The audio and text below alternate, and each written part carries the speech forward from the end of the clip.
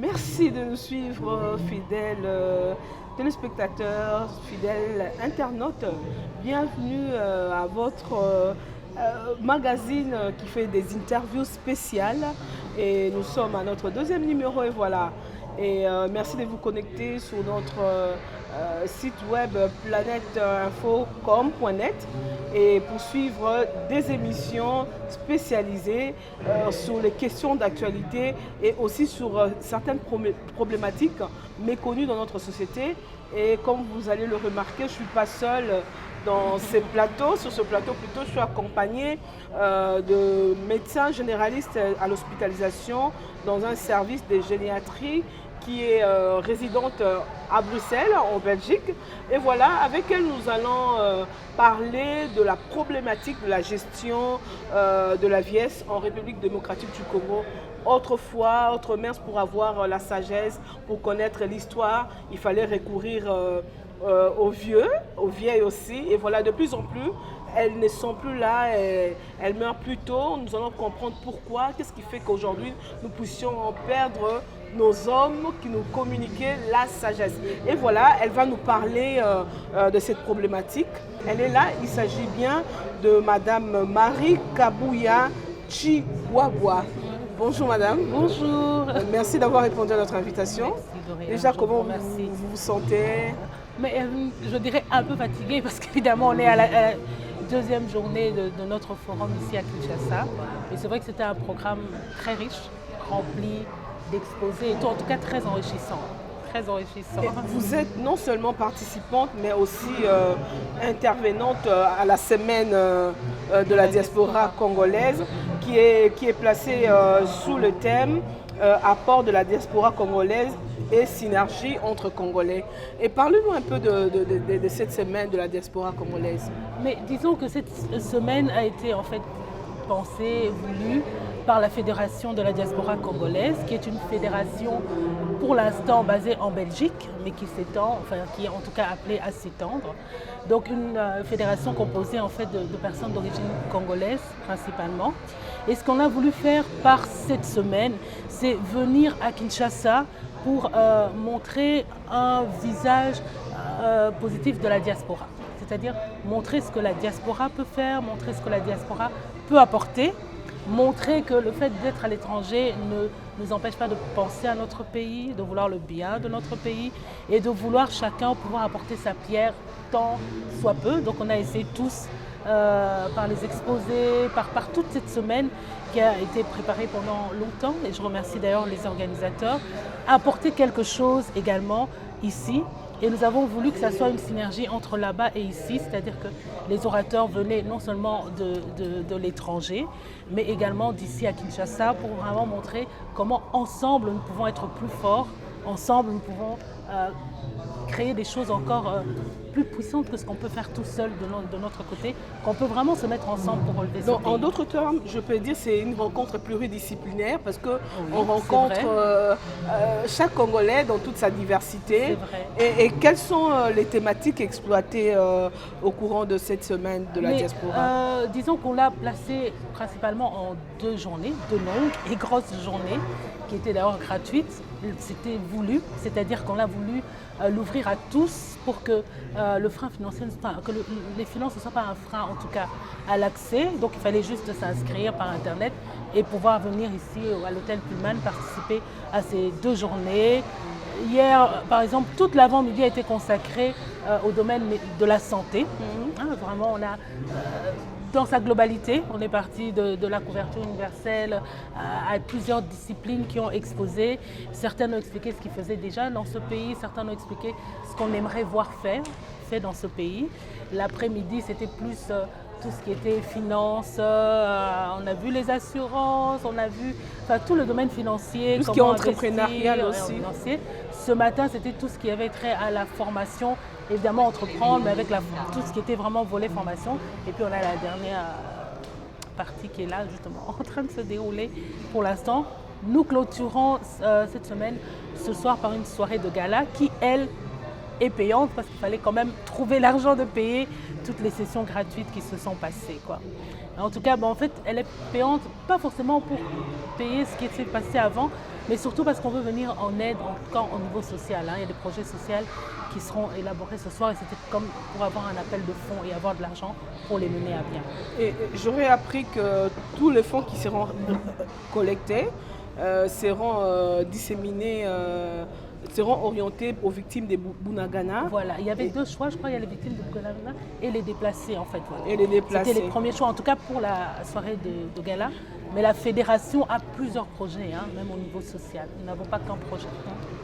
Vous n'avez pas qu'un seul projet. J'ai vraiment plus aimé votre intervention hier sur les services de géniatrie. Vous avez partagé, vous avez fait ce partage d'expérience, comment le vieux sont prises en charge là-bas en Europe par rapport ici. Parce qu'aujourd'hui, comme vous-même vous l'avez dit, que de plus en plus nos vieux, c'est vide. Oui, c'est vrai. En fait, donc, ce que j'ai voulu par cet exposé, c'est principalement en fait, nous sensibiliser à la cause des personnes plus âgées, on va dire ça. Pourquoi? Parce qu'on constate, lorsqu'on regarde la pyramide des âges, notamment ici au Congo, celle de 2021, on remarque que toutes les personnes, par exemple, de plus de 64 ans ne constituent que 3% de notre population. C'est vrai que les Congolais, on est des millions, mais 3% c'est peu. On voit par exemple que dans les pays occidentaux, ce chiffre monte à 19-21% et avec les années, ce chiffre tend même à s'élargir parce qu'en Occident, évidemment, on a une population plutôt vieillissante. Nous avons la chance en Afrique d'avoir plutôt une population jeune, ce qui est une force pour l'économie. Mais malheureusement, on voit aussi que cette population vieillissante, je pense qu'elle augmente quand même, mais quand même, la proportion est quand même trop faible. Et mon intention était de nous sensibiliser. C'est vrai que c'est normal de perdre nos personnes plus âgées, mais il y a quand même un moment où peut-être qu'on s'habitue trop à les laisser partir et que finalement nous n'investissons pas pour les garder le plus longtemps possible avec nous. Et c'était un peu ça. Donc rappeler qu'une personne âgée a besoin d'une prise en charge particulière qu'il faut mettre en place pour essayer de les garder le plus longtemps avec nous. Et quand vous parlez de service de géniatrie, ça renvoie à quoi? Parce que c'est vraiment méconnu du grand public. On l'a appris pour la première fois avec vous. Alors c'est tout à fait normal aussi, dans le sens où les services de gériatrie, donc la gériatrie même, c'est la médecine de la personne âgée. Donc autant on a la pédiatrie pour les enfants et pour les adolescents, on a la gériatrie pour les personnes âgées. La gériatrie, en fait, dans beaucoup de pays occidentaux, est une spécialité à part entière. Mais il faut savoir qu'elle l'est que depuis une vingtaine d'années. Donc, je peux dire que quand moi j'ai commencé en tant que médecin, je me rappelle, donc on avait un service de gériatrie, le chef du service n'était pas gériatre lui-même. Donc, même en Europe, on peut dire que c'est une spécialité qui est quand même assez jeune. On en parle depuis longtemps, mais il y a à peu près une vingtaine d'années, vers les années, en tout cas pour la Belgique 2005, qu'elle est vraiment devenue une spécialité. Donc, en ça, on peut peut-être comprendre qu'au Congo, avec cette proportion plus faible qu'on a de personnes âgées, on n'a pas encore cette spécialité mise en route. Mais maintenant, je viens d'apprendre qu'elle va également être mise en route ici, en République démocratique. Prise en compte. Voilà. Et donc, c'est peut-être un peu normal qu'on n'en entende pas encore beaucoup parler, mais ça va venir. Parce qu'il existe quand même beaucoup de gériatres de Congolais qui ont fait cette spécialité, même à l'étranger. Donc, je pense qu'on va en entendre de plus en plus parler. Et je pense que ça vient simplement du fait que, donc, quand on a des moyens limités, on concentre ces moyens sur la majorité, ce qui est normal. C'est-à-dire qu'actuellement, beaucoup de plans, de projets sont axés sur les enfants, sur les jeunes, en tout cas les moins âgés, puisqu'ils constituent la majorité de la population et, entre guillemets, c'est normal. Seulement, ça met un peu de côté nos personnes plus âgées. On voit, je pense qu'il y a des homes de vieillards et autres, ça oui. Mais il n'y en a pas aussi assez. Il n'y en a pas assez, il n'y en a pas beaucoup. Pour une province, voilà. Une ville de province, une capitale comme la Kinshasa, on devrait normalement avoir un peu de homes de vieillards dans presque toutes les communes, toutes les municipalités, malheureusement, il n'y a pas. On devrait, effectivement. Mais quand on parle de la personne âgée ici au Congo, je remarque que souvent on parle de homes. de vieillards. Mais le home, c'est juste leur habitation. Mais effectivement, on ne parle pas encore assez de leur prise en charge médicale. Ils nécessitent une prise en charge médicale tout à fait différente des personnes plus jeunes. Et le sujet justement de mon exposé et le but de cet exposé, c'était justement de nous sensibiliser à ça. Nous sensibiliser en tant que personne, en tant que médecin, nous rappeler qu'ils ne sont pas comme les autres et que donc ils doivent, comme les plus jeunes, comme les petits, avoir une médecine qui soit adaptée à eux. Et que le maintien des personnes âgées en bonne santé pendant longtemps passe également par ça, par cette connaissance et par la mise en route en tout cas de donc si je comprends bien, votre intervention était qu'on puisse prendre en compte ce service de la gériatrie. Prendre en compte le volet gériatrique, donc une médecine adaptée à la personne âgée. Une médecine adaptée à la personne âgée, parce que lorsque la personne devient âgée, elle n'est pas traitée de la même manière que lorsqu'il est jeune. Voilà. Les choix thérapeutiques ne sont pas les mêmes. Les décisions qu'on prend pour elle ne sont pas les mêmes. Les priorités en termes médicaux ne sont pas les mêmes. Donc le choix thérapeutique change. Les choix thérapeutiques avec l'âge, oui, changent. Il faudrait une spécialité. Il existe une spécialité. Alors, elle existe.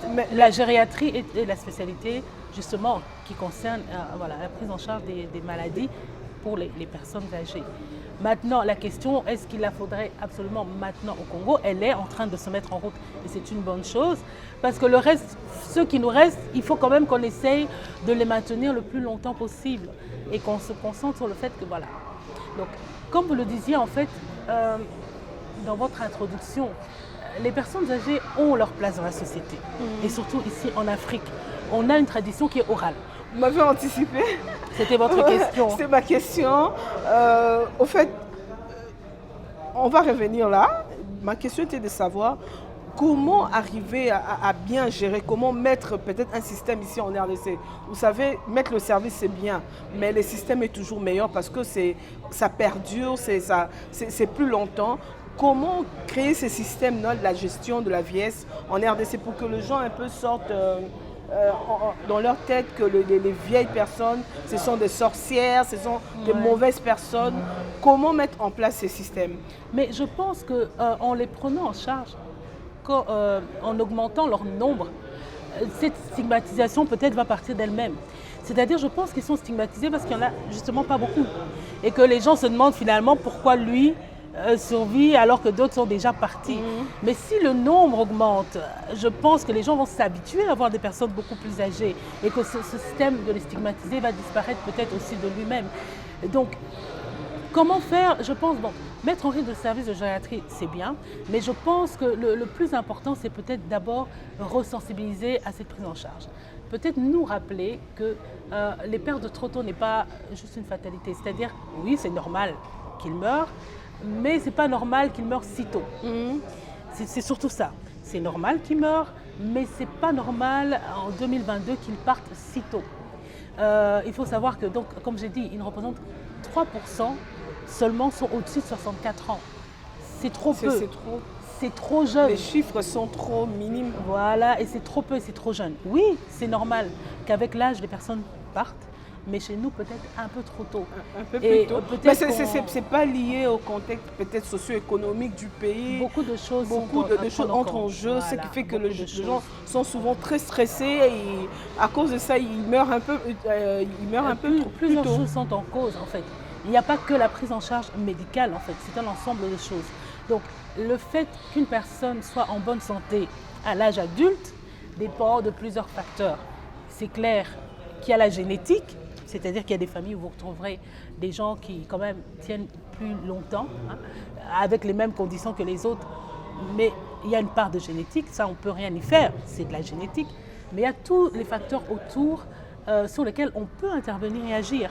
Il y a les facteurs socio-économiques, c'est clair qu'avoir accès à une alimentation plus équilibrée, être protégé de toute la pollution, de tout ça, fait quand même qu'on garde une bonne santé pendant plus longtemps.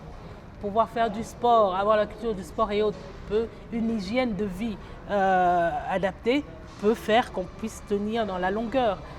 Il y a aussi un autre facteur qui est la prise en charge correcte des pathologies des personnes. Mais quand je parle des personnes, je ne parle pas déjà des personnes âgées, je parle de vous et moi, des personnes plus jeunes. certaines des pathologies aiguës, hein, donc c'est-à-dire un événement qui est vraiment limité dans le temps, mais qui peut avoir des répercussions quand c'est mal pris en charge à l'âge adulte. Mais il s'agit également des maladies chroniques, celles qu'on connaît le plus ici, enfin, voilà, qu'on retrouve quand même beaucoup au Congo, c'est l'hypertension, le diabète. Le diabète, oui. Souvent, on a tendance à sous-traiter. Alors pourquoi? Il y a plusieurs raisons, hein. Il y a des raisons économiques, l'accès aux soins et autres, qui font que souvent les gens sont sous-traités. On sous-traite l'hypertension, on sous-traite le diabète, mais il faut savoir que ces deux maladies à elles seules sont pourvoyeuses de beaucoup de complications à l'âge adulte. Et à elles seules drainent beaucoup de décès de nos personnes à l'âge adulte.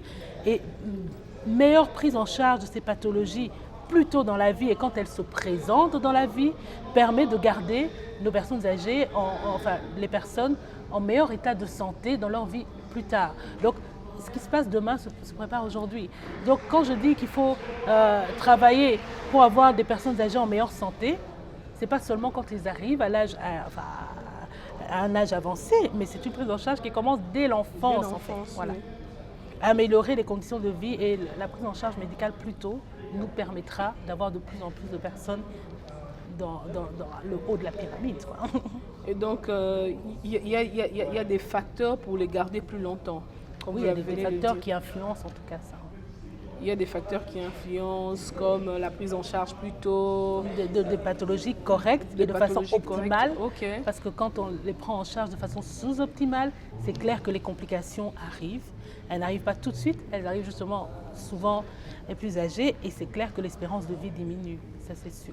Mais il n'y a pas que, comme j'ai dit, la prise en charge de la maladie, il y a améliorer les facteurs socio-économiques, l'alimentation équilibrée, essayer de jouer sur la pollution dans laquelle on vit malheureusement.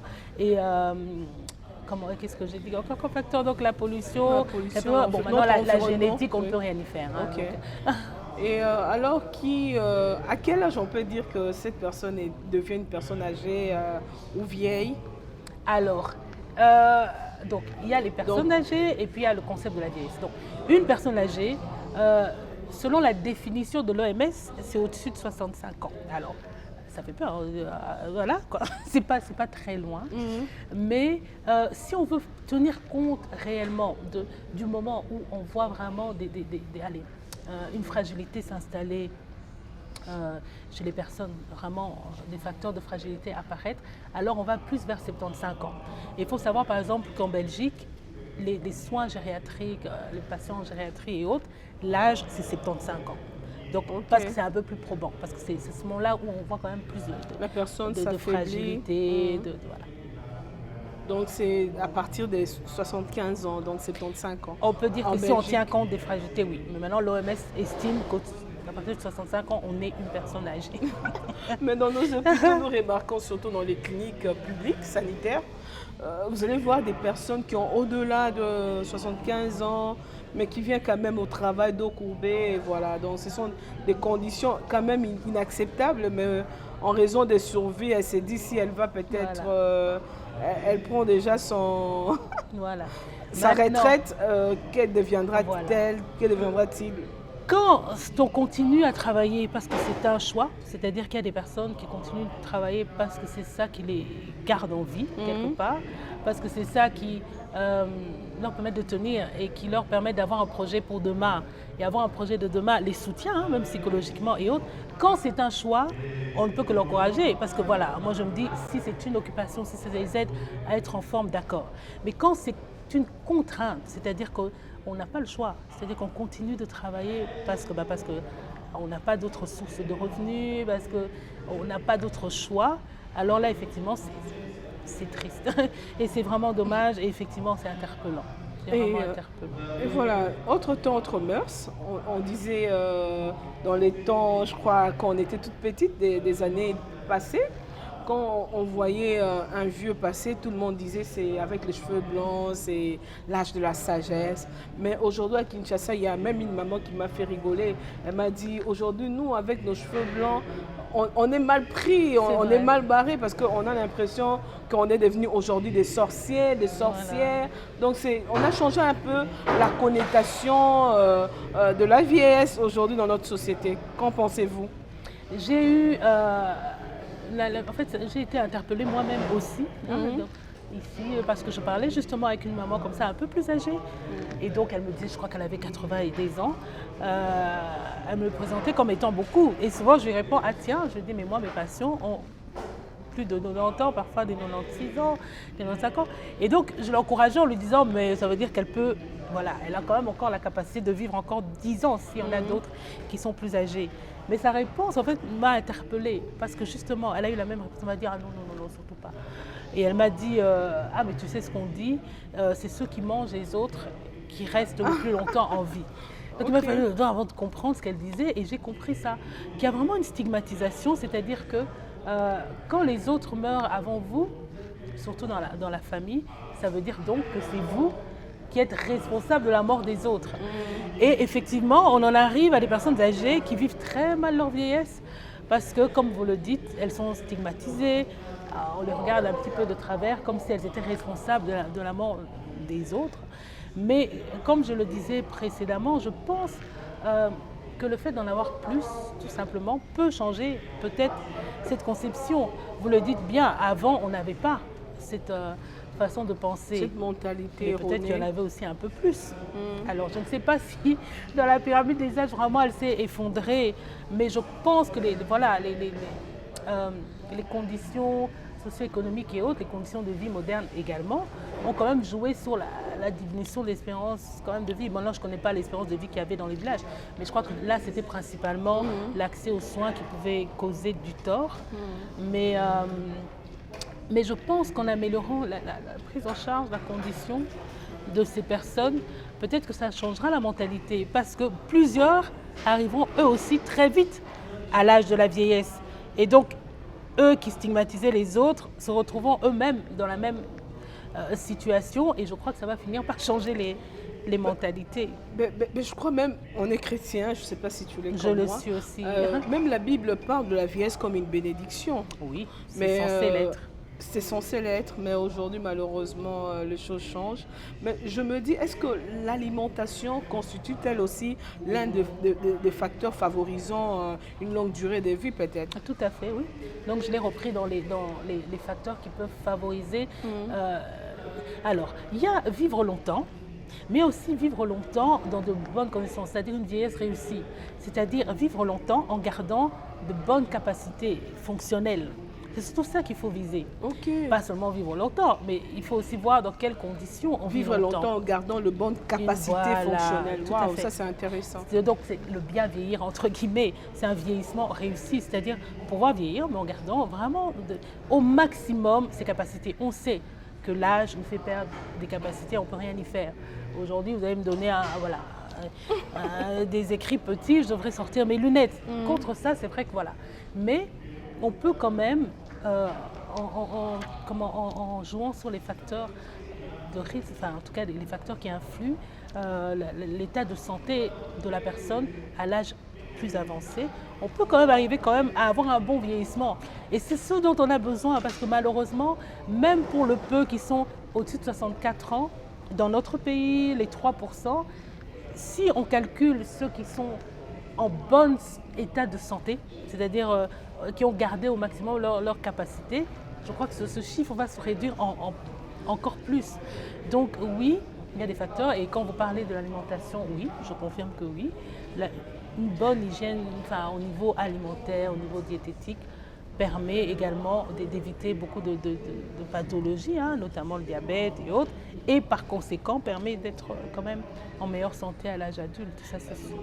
Est-ce qu'aujourd'hui vraiment les jeunes recourent quand même aux personnes âgées? Parce que j'ai aimé, hier lorsque vous intervenez, vous avez dit qu'ils avaient vraiment une place très importante dans notre société parce qu'elles étaient ou ils étaient témoins de notre histoire et transmission de sagesse, de valeurs. Est-ce qu'aujourd'hui vraiment les jeunes ont ont cette passion de recourir à la sagesse de la grand-mère? C'est une très bonne question. Alors, je pense qu'avant, on y recourait beaucoup plus facilement parce qu'il n'y avait que ça. C'est-à-dire qu'on n'avait pas tout ce numérique, cet Internet, Google et YouTube pour avoir des réponses et on était forcé d'aller vers les plus âgés pour trouver des réponses. Effectivement, je pense que les jeunes d'aujourd'hui, certains s'en privent, préférant aller regarder ce que les youtubeurs en pensent. Pour eux, ils ont plus facile de taper sur Google comment faire ci, comment faire ça et comment, voilà, pour trouver des solutions et en occultant cette sagesse. Et pourtant, comme vous le dites, la sagesse des personnes plus âgées est utile à la société parce qu'elle ne vient pas seulement de quelque chose de théorique. Ils y associent la pratique et l'expérience de vie. Et ça, je crois qu'on ne le trouvera pas vraiment sur Internet. Donc oui, aujourd'hui encore, ils ont leur place. Aujourd'hui encore, on a besoin d'eux. Aujourd'hui encore, dans notre société qui se cherche, qui est un peu perdue, où on veut reconstruire les choses, on a besoin des plus âgés pour nous expliquer comment c'était avant. On a une tradition en Afrique qui est quand même restée encore beaucoup orale. Oui, il y a une tradition écrite qui est apparue, mais la tradition orale existe encore et surtout dans nos villages. C'est une tradition qui est orale. Donc, se priver des personnes âgées, c'est se priver également de cette transmission, de ce passage. L'histoire se perd avec eux. Donc, hier, dans mon exposé, je l'ai d'ailleurs terminé par un proverbe africain qui dit que quand un vieillard s'en va, donc meurt, quand un vieillard meurt, c'est une bibliothèque qui brûle. Mais on l'oublie aujourd'hui en fait, on l'oublie. Et c'est quand ils sont partis qu'on réfléchit et qu'on se dit, mais tiens, quand ils nous racontaient ci, mais tiens, on n'a pas demandé tel, et s'il était là, ils auraient pu nous dire telle ou telle chose. Et je pense qu'effectivement, les jeunes d'aujourd'hui n'en profitent peut-être pas assez. Pas du tout en tout cas. Il faudrait peut-être le leur rappeler. Ouais, c'est vraiment important. La raison même de cette émission, de cette interview, on a trouvé très intéressant parce que la gestion du vieillissement ici en RDC devient un peu très, très compliquée. Le jeune ne rêve pas de venir, ne rêve pas de peut-être côtoyer leur mémé, leur pépé, soit disant qu'avec des positions religieuses, avec des conceptions religieuses, on a donné une autre connotation à la vieillesse et il y a beaucoup de réticences, surtout quand c'est la mémé de la belle-mère. Hein? Mais je pense que ça vient aussi du fait qu'ils veulent, on est une société qui veut toujours tout transformer, machin, et que pour eux, ils sont vieux jeux, c'est un temps dépassé, ce qui se fait dans longtemps, ça se fait pas aujourd'hui, et pourtant. Et pour vous dire, c'est un des volets que j'aime dans mon travail, c'est justement le fait de côtoyer ces personnes plus âgées. Parce que je m'enrichis, mais vraiment, j'apprends de leurs histoires, et franchement, leurs histoires c'est tellement riche de les écouter. C'est tellement riche de tout ce qu'ils ont pu vivre. Ça nous enseigne et ça nous aide à comprendre nous-mêmes que parfois ce qu'on vit maintenant n'est qu'un passage. Ça aide beaucoup, mais effectivement beaucoup s'en privent parce qu'ils ne comprennent pas la richesse qu'il y a au fait de côtoyer. Et quand vous regardez dans des pays un peu occidentaux comme la Belgique où ça s'est perdu aussi, maintenant ils essayent de le réinstaller, c'est-à-dire que maintenant vous voyez, ils font des synergies, c'est-à-dire des écoles maternelles ou primaires organisent des visites dans les homes pour que les plus jeunes côtoient les plus âgés, pour recréer ce lien qui peut les relations intergénérationnelles, c'est très très important. Oui. Je crois que c'est une bonne manière aussi de faire pour briser un peu le plafond de verre qui existe entre la vieillesse. Oui, tout à fait. J'aimais souvent cet adage qui disait si jeunesse savait, si jeunesse savait, vieillesse pouvait. Je crois bien, si aujourd'hui on essaie un peu d'intérioriser ces proverbes, ça nous aiderait. Hier, vous avez parlé aussi des risques de tonomité et des fragilités auprès de ces personnes, la perte de l'autonomie.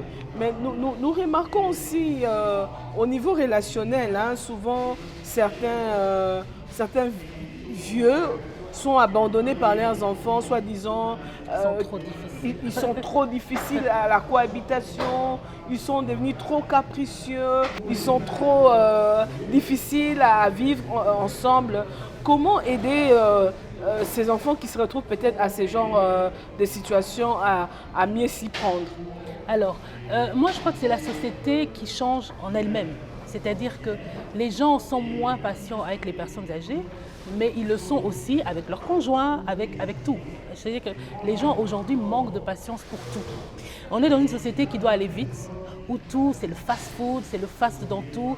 On veut une information, on tape sur Google, on l'a tout de suite. Donc ça nous a tous rendus fort impatients pour toutes les choses pour lesquelles il faut attendre.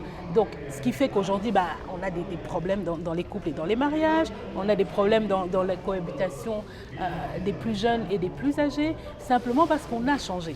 Mais maintenant, je crois que ce qu'il faudrait, c'est déjà réaliser que ce qu'ils sont, on le saura demain. C'est-à-dire que les caprices d'une personne âgée, on supporte très bien celle des petits. Hein. Moi, je pense que la vie, je dis toujours, c'est vraiment comme une courbe, hein. Ça monte et puis ça descend. Les tout petits, on supporte leurs caprices. On peut supporter qu'ils vous réveillent la nuit. Je crois que vous m'expliquiez tout à l'heure que votre fille, quand vous rentrez, elle veut absolument s'accrocher. Ça, on supporte. Parce qu'on estime qu'ils sont plus jeunes et qu'ils ont donc le droit de le faire. Et supportons de la même façon les personnes âgées, parce qu'ils sont âgés et qu'ils ont le droit de le faire. Donc, dans le sens où ce n'est pas un caprice, ils ne le font pas exprès. Mais je crois qu'ils arrivent à un moment un peu compliqué de leur vie. Il faut se mettre à leur place, où ils se voient parfois transformés, perdent leur autonomie. Voilà, c'est pas facile à vivre. Et c'est à nous, en fait, de nous adapter à eux. Maintenant, il faut aussi savoir détecter, dans certains cas, des cas parfois même de dépression. Savoir qu'une personne âgée peut être en dépression sans manifester des signes de dépression comme une personne jeune. Donc on peut ne pas avoir quelqu'un en train de pleurer toute la journée, mais il l'exprime d'une façon différente, en étant peut-être plus difficile et parfois même difficulté de manger, de dormir, qui sont parfois des signes de dépression. Et il faut savoir que la dépression est une maladie qu'on retrouve quand même fréquemment chez la personne âgée. Donc il faut essayer de distinguer pourquoi cette personne est difficile. Mais pour arriver quand même à distinguer, c'est là où le bas blesse. Hein.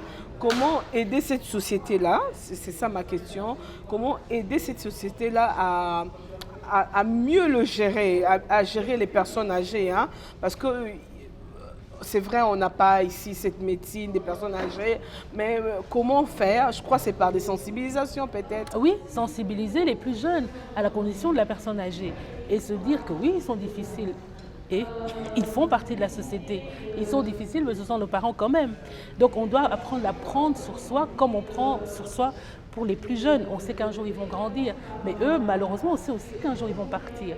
Donc ce n'est pas un exercice qui va nous être imposé toute notre vie, puisque logiquement, souvent, voilà, dans la logique des choses, ils partiront avant nous normalement.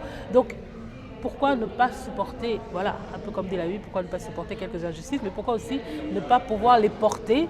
Pourquoi ne pas pouvoir les supporter, à savoir que nous ont supporté lorsque nous étions difficiles et enfants. Donc je crois que c'est un peu chacun son tour. C'est vraiment une courbe. Hein. On est difficile, on devient équilibré et puis à un moment de la vie, ça me revient. rappelle une publicité qui disait moi aussi j'ai été comme vous. Hein. Donc ouais, même les vieux, ils étaient aussi comme nous. Ils étaient aussi comme nous et ils ont eux supporté leurs parents. Et nous aussi, dans leurs caprices. Nous aussi, on sera capricieux. On sera aussi capricieux, on sera comme eux. Juste un mot de la fin avant de clôturer cette émission, docteur. Un mot de la fin. Okay. Mais écoutez, je vous remercie pour cette émission, franchement. Ça m'a fait plaisir de pouvoir en discuter avec vous et de pouvoir, par cette émission aussi, sensibiliser à la cause des personnes âgées. Ils ne sont pas là juste pour qu'on les voit partir sans rien faire. Mais je crois qu'on peut vraiment, en y réfléchissant, en y mettant du sien, en mettant les moyens, on peut essayer de les garder quand même le plus longtemps possible. Et je crois que c'est un bénéfice pour tout le monde et pour la société. Merci beaucoup, Dr Marika Bouya Chihuahua. Merci pour toutes ces bonnes informations que vous avez livré au public, à nos internautes, sur la gestion des personnes âgées, sur la nouvelle médecine. Ici, c'est nouvelle, mais en Europe, il y a plus de 20 ans qu'on a mis en place cette spécialité de la gestion des personnes âgées. C'était un plaisir partagé. En tout cas, plein succès à vous dans votre travail. Et à vous aussi, dans votre émission. Merci à vous tous qui nous avez suivis de partout à travers les réseaux sociaux, à travers notre chaîne YouTube. C'en est fini pour aujourd'hui. Le prochain rendez-vous est pris pour un nouveau numéro. Merci aussi à Patrick Mangoma qui a assuré la mise en onde, la réalisation et la technique. Très bientôt chez vous, restez connectés sur notre site web planèteinfo.com.net. Merci.